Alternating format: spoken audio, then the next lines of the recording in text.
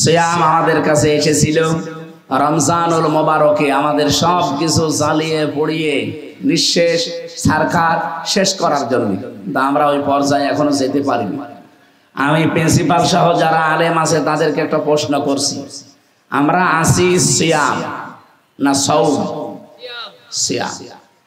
সিয়ামের দ্বারা সাওম উদ্দেশ্য, কারণ হাদিসের ভাষায় আপনি পাবেন আসিয়ামু লি ওয়া আনা আজজি বিহি, এরকম হাদিস আছে না? নেই।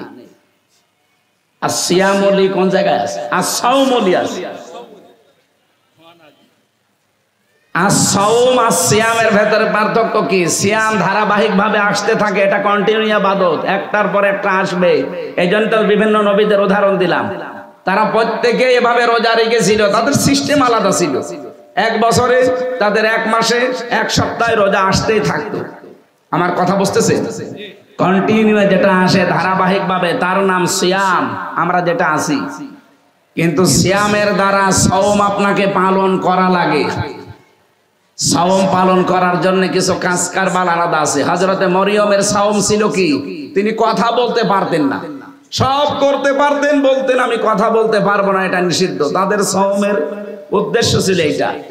এমনকি আমাদের নবী মুহাম্মদ রাসূলুল্লাহ সাল্লাল্লাহু আলাইহি সাল্লামের উম্মত পর্যন্ত সাহাবায়ে কেরাম আমরা দেখেছি, উহিল্লা লাকুম লাইলাতাস সিয়ামির রাফাসু ইলা নিসাইকুম, এই আয়াতের ব্যাখ্যায় পড়েছি তাদের রোজা ছিল এশার নামাজ পড়ে যখন ঘুমিয়েছে, তো এই ঘুম থেকেই তাদের রোজা আরম্ভ, একেবারে ওই তারপরের দিন ইফতারি পর্যন্ত। তাহলে কত ঘন্টা হয়? প্রায় 12-24 ঘন্টা। কথা বুঝতেছে? এক সাহাবীর জন্য হযরতে কায়েস রাদিয়াল্লাহু তাআলা আনহু, তার জন্য আয়াতটা নাজিল হয়েছিল। তিনি স্ত্রী সহবাস করে ফেলেছিলেন। সাহাবী রাসূলের কাছে জিজ্ঞাসা করলেন, আমি তো এই কাজ করে ফেলেছি রোজা রাখা অবস্থায়। তারপরে আল্লাহ যে সেহরির যে নিয়ম নীতি এটা দিলেন। তাছাড়া এর আগে কিন্তু সিয়ামের যে বিস্তৃতি ছিল, ওই যে এশার নামাজ পড়ে যখন ঘুমিয়ে যাবে ওই থেকে তার রোজা শুরু। আমার মনে হয় ওইটা যদি থাকতো আমরা অনেকে এরকম রোজা এখন রাখতে পারতাম না। 24 ঘন্টা না খেয়ে থাকা অনেক কঠিন ব্যাপার না? আল্লাহ রাব্বুল আলামিন এই যে সিয়াম, বিশেষ করে সেহরি খাওয়ার মাধ্যমে যে নিয়ম নীতিটা আমাদেরকে দিলেন, সুম্মা আতিম্মুস সিয়ামা ইলাল লাইল, তোমরা পূর্ণ করো রোজাকে রাত পর্যন্ত। এই নিয়মটা দেওয়ার পরে এটা আমাদের কাছে সহজ হয়ে গেছে। কিন্তু সিয়ামকে সাওম হিসাবে যদি পরিগণিত করতে হয়, 4টা বিষয় থেকে আপনাকে বিরত থাকা লাগবে। আর এই 4টা বিষয় যাদের ভেতরে পঙ্খানো পাওয়া যাবে তার হবে সাওম। আর এর জন্য হাদিসে কুদসি আস-সাওমু লি ওয়া আনা আজজি বিহি, রোজা আমার জন্য, রোজার পুরস্কার আমি নিজে দেব অথবা আমি নিজেই তার পুরস্কার হয়ে যাব। ওয়া আনা উজজা বিহি। এবার আসেন তো 4টা বিষয় আমাদের ভেতরে আছে কিনা আমি একটু টাচ দেই। এটা কি ডাকো? বসেন। আমার এখানে বক্তব্যে দিও নি, চলে যাচ্ছে। চলে গেলে আপনাকে এখানে বসিয়ে দেব। এই এদিকে তাকান, আপনি হাত তুলে আছেন কেন? এই যে সাদা টুপি,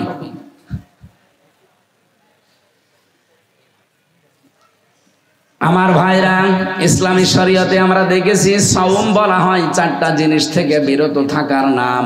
1 নম্বরে খাবার, 2 নম্বরে পানীয়, 3 নম্বরে স্ত্রী সম্ভোগ, 4 নম্বরে সমস্ত হারাম কাজ থেকে আপনাকে বেঁচে থাকা লাগবে।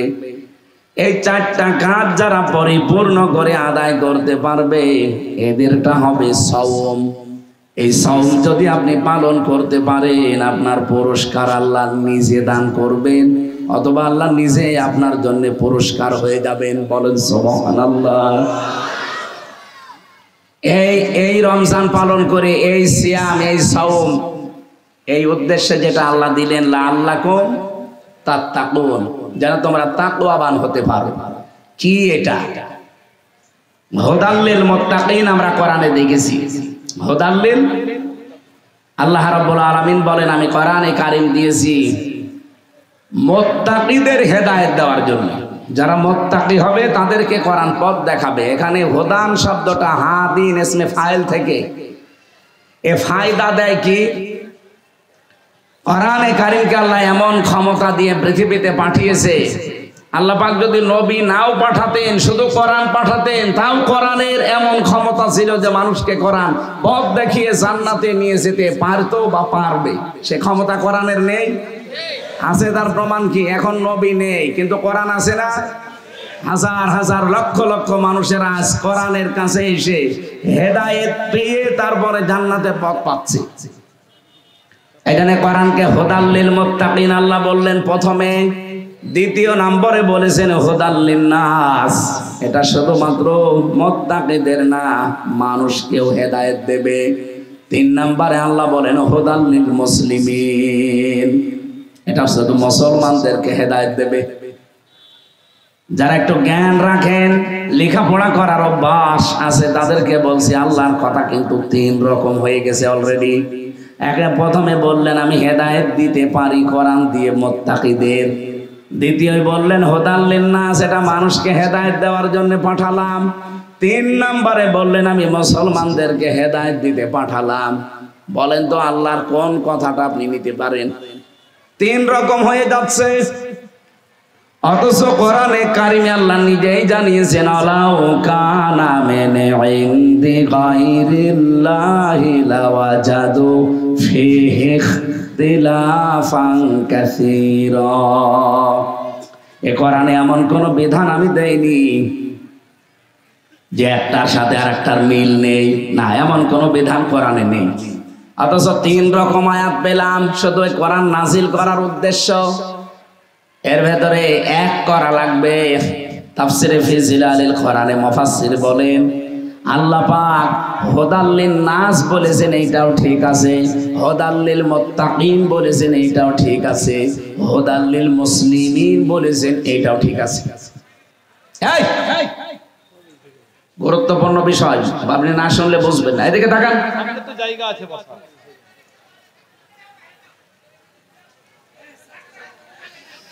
আমার মুসলমান ভাইরা, কোরআনে কারিম থেকে হেদায়েত পাওয়ার জন্য, উপকার পাওয়ার জন্য এই পৃথিবীর মানুষেরা যতটুকু পাবে তার চাইতে বেশি পাবে মুসলিমরা, তার চাইতে বেশি পাবে কোরআন থেকে উপকার, হেদায়েত মুত্তাকিরা। আমার কথা বোঝা গেছে? কোরআনে কারিম আল্লাহ নাজিল করেছেন তামাম পৃথিবীর জন্য, হ্যাঁ এটা ঠিক আছে। কিন্তু সব মানুষ কোরআন থেকে হেদায়েত পাওয়া যতটুকু না সম্ভব, যতটুকু না উপকার পাওয়া সম্ভব, তার চাইতে বেশি উপকার পাওয়া সম্ভব হচ্ছে মুসলিমদের। এই মুসলিমদের চাইতে বেশি উপকার, বেশি কল্যাণ, বেশি হেদায়েত পাওয়ার জন্য সবচাইতে বেশি যারা পাবে তারা হচ্ছে মুত্তাকি।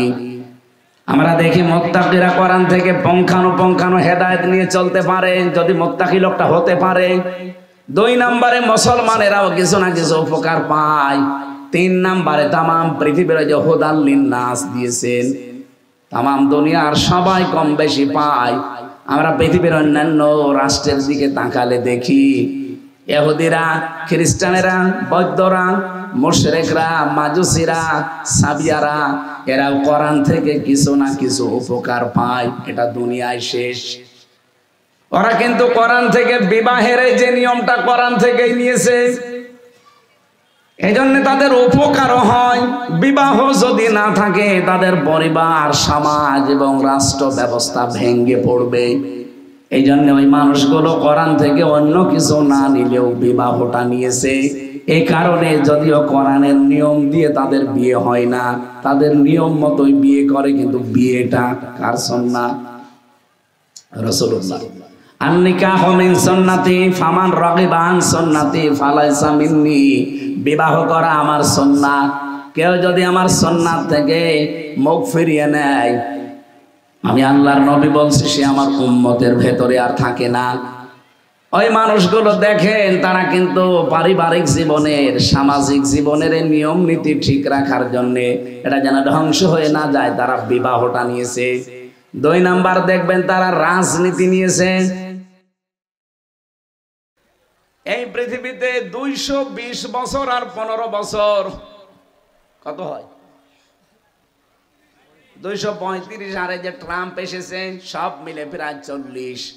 240 বছর একাধারে আমেরিকার ইতিহাস আপনি খোঁজ করে দেখবেন, এই 240 বছরের ভেতরে কোনোদিন তারা মেয়ে লোককে নেতৃত্বে দেয়নি। তারা এটা আমাদের কোরআন হাদিস থেকেই নিয়েছে। নবীজি বলেন, লা ইউফলিহা কওমুন আলাউ আমরহুম ইমরাতুন, ওই জাতি কখনো সফল হতে পারে না যে জাতির নেতৃত্বে কোনো মহিলা বসে আছে।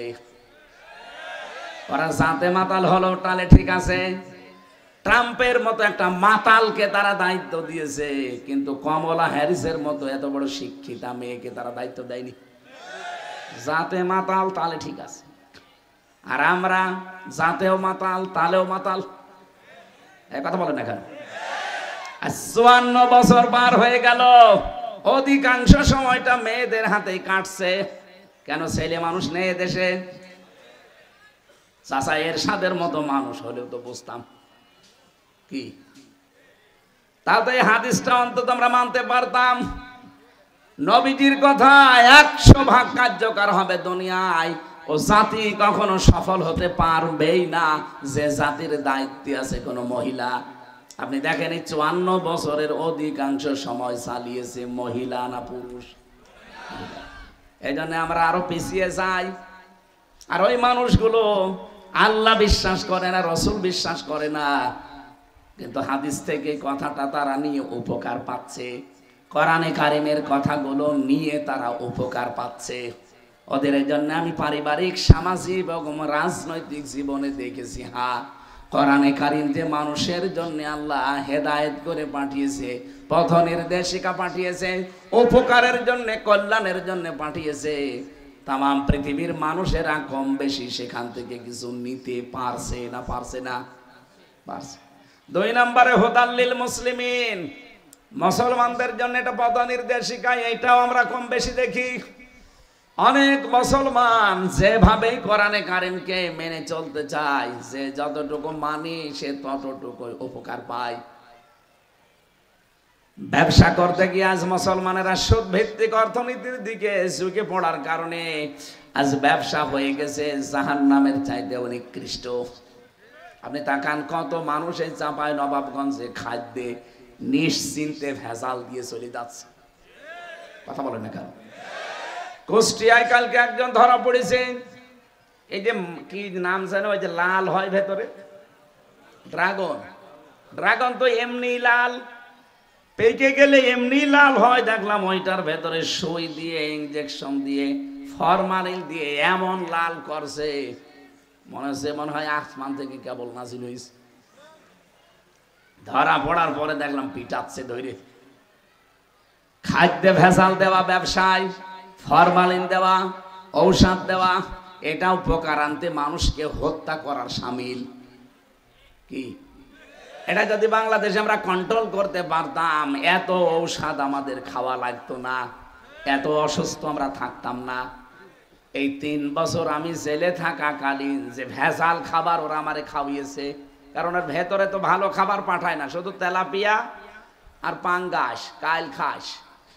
ওই 2 দিন আগে নিয়ে এসে রাখে বরফ দিয়ে, সেইটা রান্না করে দেয়। ও ছাতা এমনি আমি তেলাপিয়া আর ওই পাঙ্গাস খাই না, কিন্তু বাধ্য হয়ে 3 বছর খাওয়া লেগেছে। ওখানে 10,000 মানুষের রান্না একাধারে। বলেন কেমন রান্নার মানে স্বাদ হওয়ার কথা? ঘাটের পানি তো ভালো, তার চাইতেও মনে হয় যে কোনো স্বাদ গন্ধ কিছুই নেই। এই জন্য শরীরটা গেছে এই নষ্ট হয়ে। এখন আস্তে আস্তে স্বাভাবিক হতে হতে আরো সময় লাগবে। যে মালয়েশিয়ায় মাওলানা হোসাইন সাহেব আমি ছিলাম 10 দিন, আমি 3-4 দিন এসেছি। এই 10 দিনে আমার একদিনও কাশিও হয়। এত পরিষ্কার পরিচ্ছন্ন খাবারের মান তাদের, এমন জায়গায়। ওদের দেশের নিয়ম, যদি কেউ খাদ্যে ভেজাল দেয়, ধরা পড়লে তার আর বাঁচার ক্ষমতা নেই, মেরে ফেলা লাগবে, এইটাই ফাইনাল। কোনো বিচার নেই, কোনো কিছু লাগবে না, একবারে তারে মেরে ফেলবে। বাংলাদেশে যদি এই নিয়মটা থাকতো, বলেন তো এই দেশে খাদ্যে ভেজাল দেওয়ার সাহস কোনো বাবার ছেলের হতো? এই যে আসিয়ার মতো 8 বছরের মেয়েকে ধর্ষণ করে যে মেরে ফেললো, এটা সম্ভব হতো? জীবনে আমার মনে হয় ওর জিনিসপত্রই খাড়া হইতো না। কথা বলেন না কেন? একটারে শুধু গোড়া থেকে কেটে বাদ দেওয়া লাগবে। আর ওই যে জেনার যে শাস্তি আছে, বিবাহিত একেবারে মাটির ভেতরে ভরাট করে দিয়ে পাথর লাগিয়ে শেষ করে দেওয়া লাগবে। একটা যদি বাইতুল মোকাররমের সামনে অথবা চাপাই নবাবগঞ্জ ওই যে সরকারি কলেজের সামনে এটা করতো, পোড়া চাপায়ের লোকজনের সব কিছু হারিয়ে যেত। জেনা করা, ব্যভিচার করা তো দূরের কথা, কোনোদিন ভাবনাও আসতো না। আমরা কন্ট্রোল করতে ওগুলো পারি নাই। এই জন্য আমি যে বক্তব্য তুলেছিলাম, আল্লাহ রাব্বুল আলামিন আমাদেরকে কোরআনে কারিমের দ্বারা মুসলমানরা উপকার পায়, যে যতটুকু নিতে পারে অতটুকু উপকার পাচ্ছে। 3 নম্বরে ছিল হুদাল লিল মুত্তাকিন, এটা সবচেয়ে বেশি উপকার পাবে, কল্যাণ পাবে, হেদায়েত পাবে কারা? মুত্তাকি। বলেন বলেন, মুত্তাকি কি জিনিস? এটা কি খাওয়া লাগে না দোকানে কিনতে পাওয়া যায়? আমি একটা নতুন তথ্য বলছি আজকে, আপনি এর আগে শুনেছেন কিনা আমি জানি না। এই খুব ভালো করে মিলাবেন। আপনার ভেতরে যদি তাকওয়া এই রমজানে পয়দা না হয়, আল্লাহর কসম রমজানের রোজা কবুল তো হওয়া দূরের কথা, আরো যে বিষয়গুলো আল্লাহ দিতে চান, প্রায় 27টা বিষয় আল্লাহ দিতে চান, একটাও আপনি পাবেন না। হযরতে আলীকে একবার জিজ্ঞাসা করা হয়েছিল আবু দারদা কর্তৃক, উনি জিজ্ঞাসা করলেন, খলিফাতুল মুসলিমিন, আপনি তো আমাদের খলিফা, বলেন তো তাকওয়া কাকে বলে? তিনি 4টা বিষয় তুলে ধরলেন, যার ভেতরে 4টা বিষয় পাওয়া যাবে সে যেন মনে করে আমার ভেতরে তাকওয়া আছে। 1 নম্বরে আল খাউফু মিনাল জালিল, আল্লাহকে যেভাবে না দেখে বিশ্বাস করো, না দেখে ঠিক ওইভাবে ভয় করবা। কি কথা বুঝতেছেন? আমরা কেউ আল্লাহকে দেখেছি তো বিশ্বাস, আরো জোরে বলো, বিশ্বাস যেভাবে করে থাকি ঠিক এইভাবে আপনাকে আল্লাহকে না দেখে ওইভাবেই ভয় করা লাগবে। 2 নম্বরে আল আমালু বিত-তানজিল, কোরআনের আমল যদি আপনার জীবনে থাকে আপনি বুঝবেন আপনার তাকওয়া আছে। 3 নম্বরে আল কিনায়াতু বিল কলিল, অল্পে তুষ্ট থাকার মন তৈরি করা। এইটা আজ পৃথিবীর মানুষের নেই, বিশেষ করে বাংলাদেশে নেই। অল্পে যে তুষ্ট থাকা লাগবে এটা নেই, এই কারণে আমাদের তাকওয়া মান, যে মান যাওয়া দরকার ওই মানে যাচ্ছে না। 4 নাম্বার আল ইস্তি'দাদু লিয়াউমির রাহি, আখিরাতের পুঁজি তৈরি করার জন্য সচেষ্ট থাকবেন। কয়টা বললাম? আরো জোরে বলেন। আপনি এবার মিলান তো এই 4টার কোনটা আছে আপনার ভেতরে। আমি আর একটা তথ্য বলছি, এবার একটা একটু ভালো করে মনে রাখবেন। কোন মানুষ যদি বলে যে আমি হেদায়েত পেতে চাই, আমি হেদায়েতের একটা লিমিট বা একটা পর্যায়ে উঠতে চাই, হেদায়েতের কয়েকটা লিমিট আছে। এদিকে তাকান, কোরআন যে আপনাকে হেদায়েত দেবে, আপনি যে আল্লাহর কাছে হেদায়েত পেয়ে মুত্তাকি হওয়ার মাধ্যমে সবচাইতে বড় সম্মানিত হবেন। পৃথিবীর মানুষকে আল্লাহ বিভিন্ন দল বিদল গোত্র দেশ বিদেশে ভাষা আলাদা আলাদা দিয়ে এইটা মানুষের সম্মান বাড়ানোর কারণ না।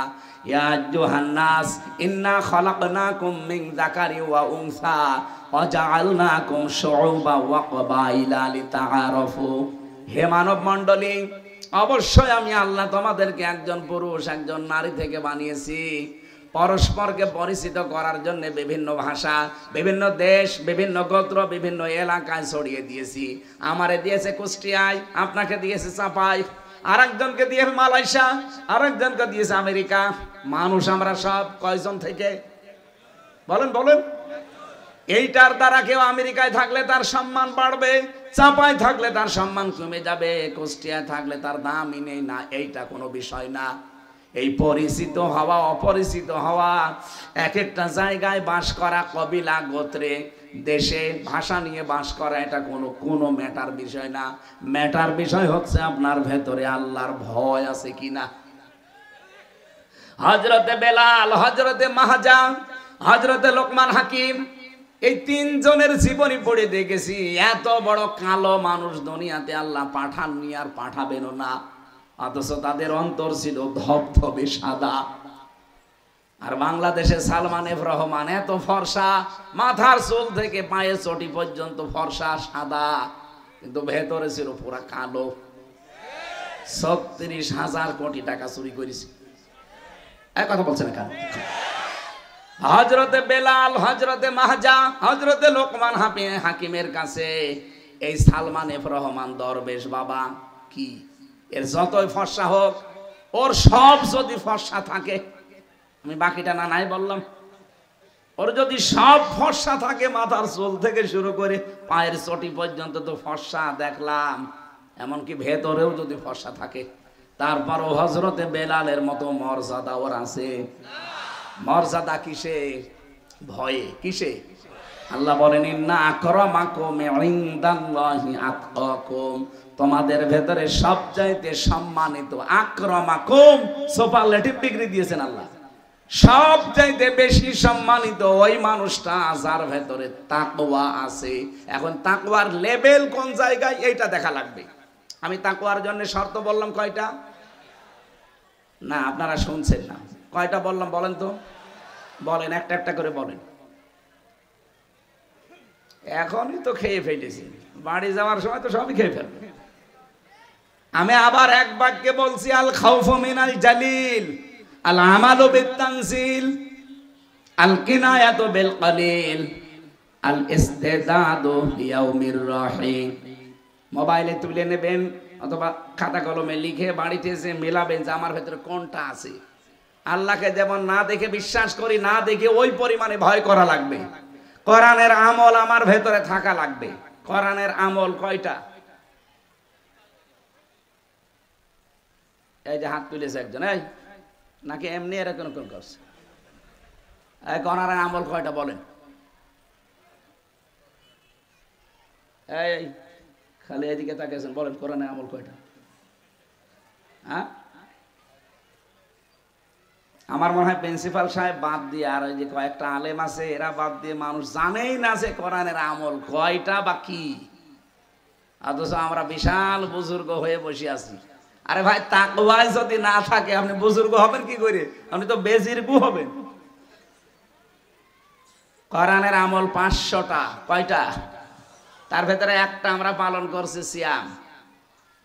কোরআনের আমল কয়টা? আরো জোরে বলেন। এই সিয়াম তার ভেতরে একটা। কয়বার আছে সিয়ামের নাম কোরআনে? একবার। কয়বার বলেন বলেন? এই যে হজ করতে যাচ্ছে মানুষ, হজ করতে সামনে আমরা কয়েকদিন পরে যাব, বলেন তো হজের কথা কোরআনে কয়বার দিয়েছেন আল্লাহ? একবার। আরো জোরে বলেন। এই যে কিছুক্ষণ পরে আর আধা ঘন্টা পরে আমরা নামাজে যাব, নামাজের কথা কোরআনে আছে কয়বার? 82। নামাজের সাথে সাথে যাকাত দেওয়া লাগবে, এটা আছে কয়বার? হ্যাঁ, 82 বার। 82 বার নামাজের কথা শুনে সারা জীবন নামাজ পড়ি, 82 বার যাকাতের কথা শুনে প্রতি বছর আসলে যাকাত দিয়ে দেয়। একবার রোজার কথা আছে, বছর আসলেই পঙ্খানু রোজা রাখি। একবার হজের কথা আছে, জীবনে একবার হলেও হজ করে আসি। অথচ 918 জায়গায় কোরআন দিয়ে রাজনীতি করা লাগবে, এইটা আমাদের খেয়াল নেই, জানাও নেই, মানাও নেই। এই কথা বলছেন না কেন? নামাজের কথা সর্বোচ্চ আমরা 82 জায়গায় পাই, অথচ কোরআনে কারিম দিয়ে রাষ্ট্র গঠন করা লাগবে, রাজনীতি করা লাগবে 918 জায়গায় আমি পেয়েছি। আর এরকম বড় বড় মাথা যাদের, ওর তো আরো বেশি পাবে।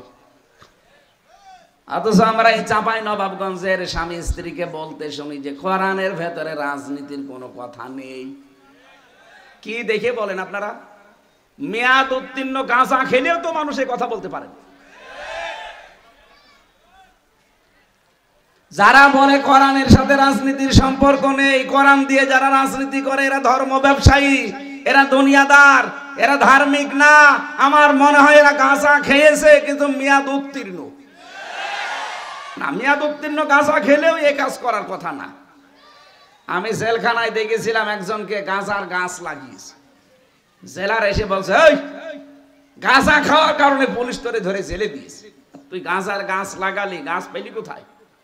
স্যার আমি ওই যে আদালতে গিয়েছিলাম মামলার হাজিরা দিতে, আসার সময় আমার তো কিছু বন্ধু বান্ধব আছে, ওরা কিছু পোটলা দিয়েছিল গাঁজা, কিন্তু সবগুলো তো ধরতে পারি না, একটা পোটলা পেয়েছিলাম, ওইটা আমি এই মুখের ভেতরে রেখেছিলাম, মেশিন দিয়ে যখন আপনারা পার করছিলেন ওইটা আর ধরা পড়েনি, মানে মেশিনে তো পার করে জেলে ঢোকায় স্ক্যান করি, ওইটা আমি কালের ভেতরে নিয়ে এমন জায়গায় দিয়েছি যে আমার ওইটা ওঠেনি। ভেতরে চলে আসার পরে ওইটা আমি টপ বানিয়েছি, এই যে বোতল দেন পানি খাওয়ার জন্য, বোতলের মুখ কেটে ফেলে ওর ভেতরে মাটি দিয়েছি, ওই মাটি দিয়ে ওখানে পানি দিয়ে এরপরে গাঁজার বীজ দিয়েছি। এই 2 মাসে দেখেন কত বড় হয়েছে। জেলার বলছে শয়তান তোরে গাঁজা খাওয়ার কারণে জেলে দিল, আর তুই জেলের ভেতরে গাঁজার গাছ লাগালি, তোরে তো এখন স্বর্গে দেওয়া লাগবে। হিন্দু তো দেবদুলাল, ও তো আর জান্নাত বলছে না, বলছে তোরে স্বর্গে দেওয়া লাগবে। আমার মনে হয় ওই লোকটা গাঁজা খেত, ও এত নিকৃষ্ট কথা কোরআনের ব্যাপারে বলতে পারে না। অথচ বাংলাদেশে শিক্ষিত মানুষের নাম নিয়ে সচেতন মানুষ আপনি, আগে কি বলতেন আর এখন আপনি পুরাটা উল্টিয়ে কার প্রেসক্রিপশন অনুযায়ী কাজগুলো মানুষ করছেন এদেশের মানুষেরা কিন্তু বুঝে ফেলেছে। এই জন্য আপনারা সাবধান থাকবেন। আপনি দেখবেন কোরআনের আমল 918 জায়গায় যেটা, এই কাজ করতে গেলে কেউ যদি বলে এটা ধর্ম ব্যবসায়ী, এটা দুনিয়াদার, এটা ধার্মিক না, বুঝতে হবে তার কোনো উদ্দেশ্য আছে। ও আল্লাহর চাইতেও বেশি বোঝে। বাংলাদেশে 300 জন এমপি হবে সামনে, কত বলেন বলেন? 151 জন এমপি যদি কোরআন বুকে নিয়ে সামনে সংসদে যেতে পারে, আর ওরা যদি প্রথম দিনই প্রথম অধিবেশনে বলে মাননীয় স্পিকার আমরা নামাজের বিল চাই, উনি যদি বলে হ্যাঁ হাত তোলেন, 300 জনের 151 জন যদি হাত তোলে, এই আসনে কে দাঁড়াবে আমি জানি না। উনি যদি তার ভেতরে একজন কোরআনওয়ালা মানুষ হয়, কোরআন বুকে নিয়ে উনি যদি বলে হ্যাঁ আমি নামাজের বিল চাই, এরকম 300 জনের 151 জন হাত তুললে নামাজের বিলটা কায়েম হয়ে যাবে। কিয়ামত পর্যন্ত বাংলাদেশে আর নামাজের ওয়াজ করা লাগবে না, নামাজে এমনিই তোর বাবা পড়তে বাধ্য হবে। আপনি হয়তো ওই লোকটাকে ভোট দিয়েছিলেন একটা, আপনি ওই দিন থেকে 18 কোটি মানুষ নামাজ পড়লে যে সওয়াব পাবেন ওই রকম সওয়াব পাবেন। এইটাকে যদি কেউ রাজনীতি মনে করে করুক, কারণ এইটাই আমার রাজনীতি। আমি একজন মানুষ একটা ভোট দিয়ে যদি 18 কোটি মানুষের নামাজের সওয়াব পাই, এর চাইতে বড় রাজনীতি আর কি আছে? আমি এমন মানুষকে দিলাম যে হাত তুললো গাঁজার পক্ষে, ডাইলের পক্ষে আর বাবার পক্ষে। তাহলে যত মানুষ বাবা খাবে আমার আমল নামায় ফ্ল্যাক্সি লোড হয়ে বিকাশ হয়ে আসবে। এখন যদি বলেন হুজুর আমার বিকাশ নাম্বার খোলা নেই, এমনি খুলে যাবে। এমনি যে খুলে যাবে তার প্রমাণ কি? হ্যাঁ, না না, এইটা বোঝানোর জন্য আমি এই পর্যন্ত এসেছি। এই এদিকে তাকান, না শেষ করে দেব? এখানে নামাজ মনে হয় 1:30 নাকি 1:30 না? এখানে একেবারে শেষ সময় পর্যন্ত 1:25 আজান দেবেন, দিয়ে নামাজ আমি সহ পড়ে যাবেন। না শেষ করে দিতে বললে আমি শেষ করে দিচ্ছি, কিন্তু কথা এখন আমার শেষ হয়নি। তো এই আয়াতটা পুরা 9টা পয়েন্ট আছে, আমরা শেষ করবো একটা একটা করে ধারাবাহিক ভাবে। আর আমি নিজে আরো 6টা জুড়েছি, 9 আর 6 কত হয়? 15টা বিষয় বলবো। 15টা বলতে যদি আধা ঘন্টা লাগে, থাকবেন তো? হ্যাঁ থাকেন। এই যে আমার একটা রায়ের কারণে ফ্ল্যাক্সি লোড হয়ে বিকাশ হয়ে নগদ হয়ে আমার আমল নামায় কিয়ামত পর্যন্ত যেতেই থাকবে।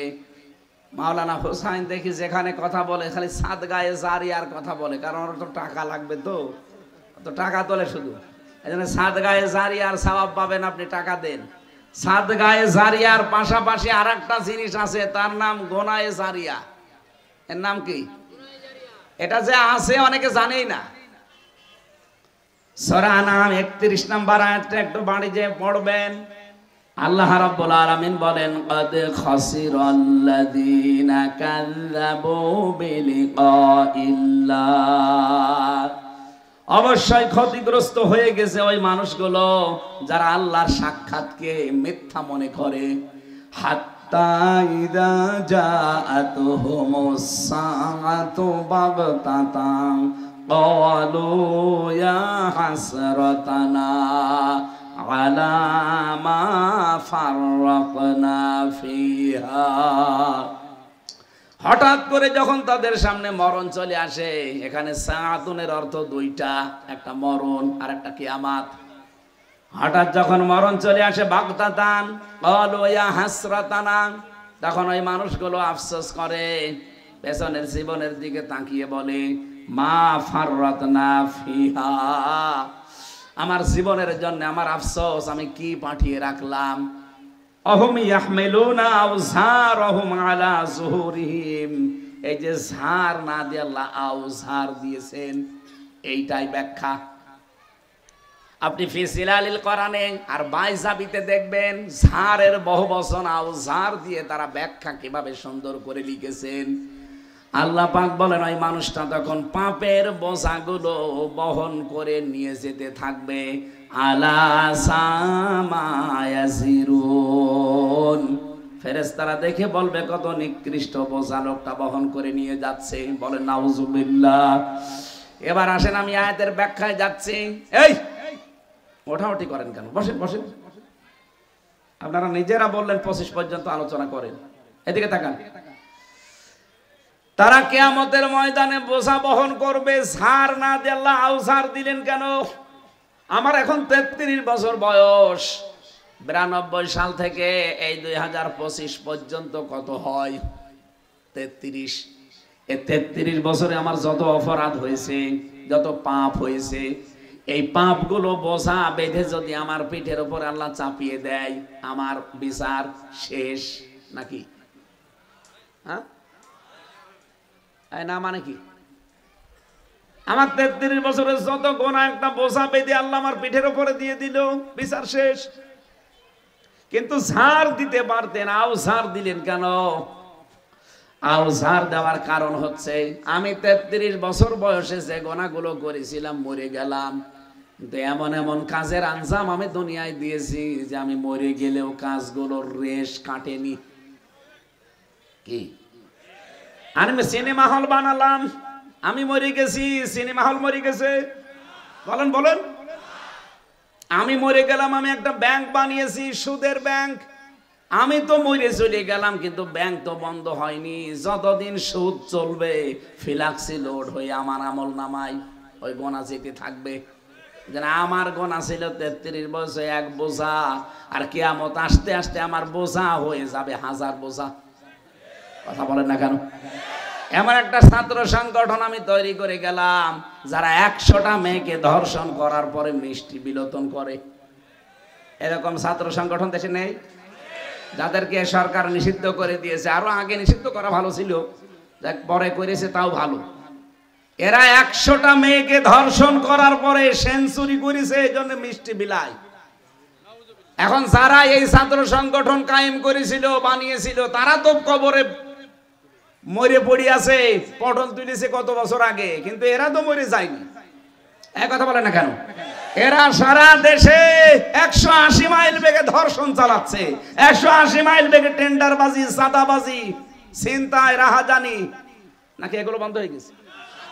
এইগুলো যারা করেন, যারা এই দলটা বানিয়েছিলেন, আপনি হয়তো মরে গেছেন, কিন্তু আপনার তৈরি করা ছাত্র সংগঠন, যুব সংগঠন, আরো মুরব্বী সংগঠন, যত দল আছে সব কিন্তু চালাচ্ছে একেবারে 180 মাইল বেগে।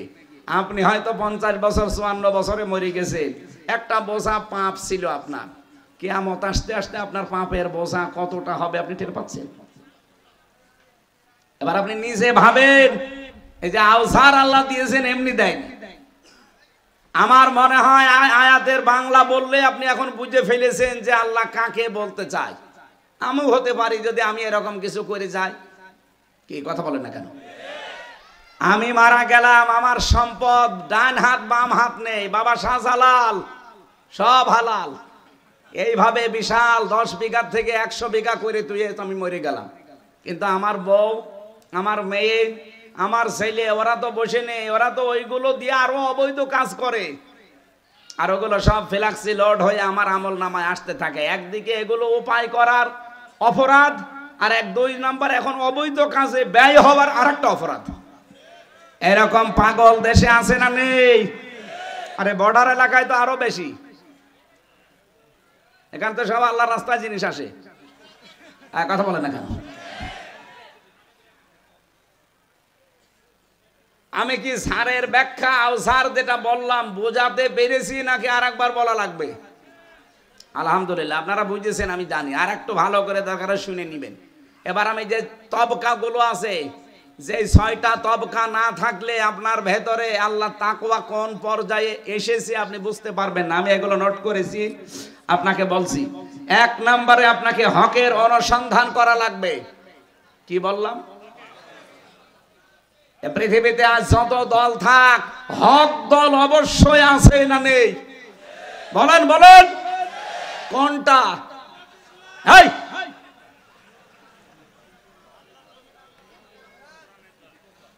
হক দল কোনটা? আল্লাহ কোরআনে সূরা আহজাবের 22 নম্বর আয়াতে দিয়েছেন। এইটার সাথে যাদের এই বাংলাদেশে মিল আছে, আল্লাহর কোরআনের ভাষায় তারা হক দল। আলাম্মা রাআল মুমিনুনাল আহজাব ক্বালু হাযা মা ওয়া'আদানাল্লাহু ওয়া রাসূলুহু ওয়া সাদাকাল্লাহু ওয়া রাসূলুহু ওয়া মা যাদাহুম ইল্লা ঈমানান ওয়া তাসলিমা। বলেন আল্লাহু আকবার। ইমাম ইবনে তাইমিয়া এই আয়াতের ব্যাখ্যা আমি দেখেছি, উনি জানিয়েছেন, হে পৃথিবীর মুসলমানেরা, তোমরা হক দল কোনটা যদি চিনতে নাও পারো, তোমরা দেখবা জালেমরা কোন দলকে টার্গেট করে, ওই দলটাই হক দল। ইসলামের আলোকে, কোরআনের আলোকে সামনে এগিয়ে নেওয়ার জন্য এক দল চেষ্টা করবে, ওই দলকে বাধা দেওয়ার জন্য আপনি যখন দেখবেন যে ওই দলকে বাধা দেওয়ার জন্য অনেক দল উঠে পড়ে লেগেছে, আপনি বুঝবেন ওইটা হক পথে আছে। বাংলাদেশে আজ প্রায় 73টার উপরে প্রায় 48টা নিবন্ধিত দল, আর একটা দল নিবন্ধিত ছিল, ওরা অবৈধভাবে এটাকে নষ্ট করে দিয়েছে। বাংলাদেশ জামাত ইসলামী, এটা হলে 49টা হবে, আর আমরা আশা করবো এটা অতি শীঘ্রই যেন ফেরত দেওয়া হয়। হ্যাঁ, কথা বলেন না কেন? এটাও তো নিবন্ধিত ছিল, এরাও দাঁড়িপাল্লা নিয়ে পাশ করেছে, এমপি হয়েছে, মেম্বার হয়েছে, উপজেলা চেয়ারম্যান হয়েছে, মেয়র হয়েছে, হয়নি? চাঁপাইনবাবগঞ্জেও ছিল। হ্যাঁ, কথা বলছে না কেন? অথচ সে মার্কাকে ওরা অবৈধ ঘোষণা দিয়েছে নিজেদের বানানো আদালতের মাধ্যমে। আমরা চাই 48টা যেমন আছে, এই দলটাকেও দিয়ে তার হারানো জিনিস ফেরত দিয়ে 49টা হোক। সব মিলে দেশে প্রায় 73টার উপরে রাজনৈতিক দল কাজ করছে। আপনি দেখেন সব দলের টার্গেট কিন্তু শুধুমাত্র ইসলাম ঠেকাও। সবার টার্গেটে একটা। কেন এখনো এত হাজার হাজার দল এই দেশে মানুষ করে, শ দল আছে, কোন দলের উপরে তো কারো টার্গেট নেই। তাহলে হক অনুসন্ধান করা লাগবে আপনাকে, কোন দল হক হক কথা বলে, হক পথে চলে। আপনি যখন হকের অনুসন্ধানে থাকবেন, এটার আমি তথ্য পেয়েছি সূরা আনামের 75 নম্বর আয়াতে। ওই যে আমাদের জাতির পিতা ইব্রাহিম আলাইহিস সালাম, তিনি হক অনুসন্ধান করছিলেন। কি আপনারা জানেন না? ফালাম্মা জান্না আলাইহিল লাইলু রাআ কাওকাবা, এখান থেকে একেবারে 80 নম্বর আয়াত পর্যন্ত। আমি বিস্তারিত তথ্যগুলো বলতে পারছি না। 2 নম্বরে হক যদি পেয়ে যান, আপনাকে হক কবুল করা লাগবে, গ্রহণ করা লাগবে। 3 নম্বরে হক শুধু গ্রহণ করলে হবে না, এটা প্রচার করা লাগবে। 4 নম্বরে হক শুধু প্রচার করলে হবে না, হকের উপরে দৃঢ় থাকা লাগবে। হকের উপরে দৃঢ় থাকলে 3টা পুরস্কার আল্লাহ দান করে। এটা সূরা হামিম সেজদার 30 নম্বর আয়াতে আছে। 5 নম্বরে হক শুধু দৃঢ় থাকাই না, হককে কায়েম করার জন্য একতাবদ্ধ হওয়া লাগবে। সূরা শূরার 13 নম্বর আয়াতে আপনি পাবেন, আনাকিমুদ্দিন ওয়ালা তাতাফাররাকু ফি। এ পৃথিবীতে হককে কায়েম করার জন্য আল্লাহ সব নবীকে আদেশ দিয়েছিলেন কম বেশি। 6 নম্বরে হক কায়েম হলে এটাকে অবশ্যই আপনাকে সাহায্য করা লাগবে। বাংলাদেশে একটা পরিবেশ আল্লাহ তৈরি করে দিয়েছে, সামনে যদি এদেশে হক কায়েম হয়, এ হককে টিকিয়ে রাখার জন্য সাহায্য করতে আমরা রাজি আছি না? সে সময় তো এসে গেছে, কই আমরা তো এখন রাজি দেখছি না, আরো পেছিয়ে যাচ্ছে অনেকে। এই পরিবেশটা যে আল্লাহ তৈরি করে দিলেন, এটাকে টিকিয়ে রাখার জন্য চেষ্টা করা লাগবে। এর দ্বারা যেন আল্লাহ পাক এই জমিনে তার হকটা অবশ্যই প্রতিষ্ঠিত করে দেন, আর আমরা যেন পাহারাদার হয়ে যেতে পারি, বলেন আমিন। তথ্যগুলো আছে সূরা আরাফের 201 নম্বর আয়াতে, সূরা আলে ইমরানের 130 নম্বর 31 নম্বর আয়াতে। আমি দলিল লম্বা করতে পারছি না, কারণ আমার এখনো অনেকগুলো পয়েন্ট বাকি আছে। অনেকে দান করতে চান, কি হয়নি? আপনারা নাকি আমার হাতে টাকা পয়সা দিতে চান। কোন আল্লাহর ওলি সে? কয় কারা? তারা টাকা পয়সা যারা দিতে চান, আমরা এদের 5 মিনিট সময় চাচ্ছে, আমরা এরপরে বাকিগুলো বলবো। এখনো যে উপকারের কথা তো বলিনি, উপকার এখনো 9টা আছে। আমরা তো তবকাগুলো বললাম যে আপনি কোন তবকায় আছেন। হকের অনুসন্ধানে থাকলে 1 নম্বরে আছেন, হক যদি কবুল করেন 2 নম্বরে আছেন। এভাবে 6টা বললাম, এখনো 9টা বলবো, যাদের উপকার হবে এই 9টা দুনিয়া আর আখেরাত মিলে। এই যারা এই যে ছেলেরা যাচ্ছে, আপনারা সামর্থ্য মতো একটু দেন ভাই। এখনো মেয়েদের পক্ষে কিছু কথা বলা লাগবে। আরে আল্লাহ, কই মানুষ টাকা দিতে চাই, কে বলবে? এই যে একজন পেয়েছি মাত্র, আল্লাহর এক বান্দা 100 টাকা দিয়ে গেছে, আল্লাহ কবুল করো না আমিন। আর একজন হ্যাঁ, শরীফুলের আম্মা, উনি নাকের ফুল পাঠিয়েছে, আল্লাহ রাব্বুল আলামিন যেন কবুল করেন। কোরআনের প্রচার। আব্দুল সালাম 5000 টাকার 1 মণ ধান। আব্দুল সালাম ভাই 5000 টাকার 1 মণ ধান, আমিন, আল্লাহ কবুল করুন। আর কেউ থাকলে আমি তো আদায় করতে পারি না, এগুলো করতে হলে হাওয়া দেওয়া লাগে, আর আমি হাওয়াও দিতে পারি না। না আমি এতগুলো লিখলাম, বলতে দেবেন না? কুতুবউদ্দিন ভাই আরো 1000 টাকা পাঠিয়েছেন, আল্লাহ কবুল করুন আমিন। আর কেউ আছেন ভাই? কি আশ্চর্য, টাকা তোলার কথা বলে তো মুসিবতে পড়ে গেলাম।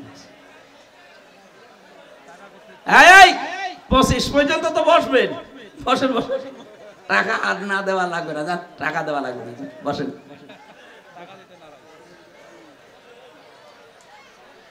টাকা তোলার কথা বলে তো ঝামেলা পড়ে গেলাম দেখছি। সম্মানিত মা বোনেরা এসেছে, তাদের কিছু দায়িত্ব কর্তব্য আছে, ওইগুলো শোনা লাগবে না। পরিবার ঠিক না হলে আমরা ঠিক থাকতে পারবো না। বসেন ভাই, বসেন বসেন। কি হয়ে গেল?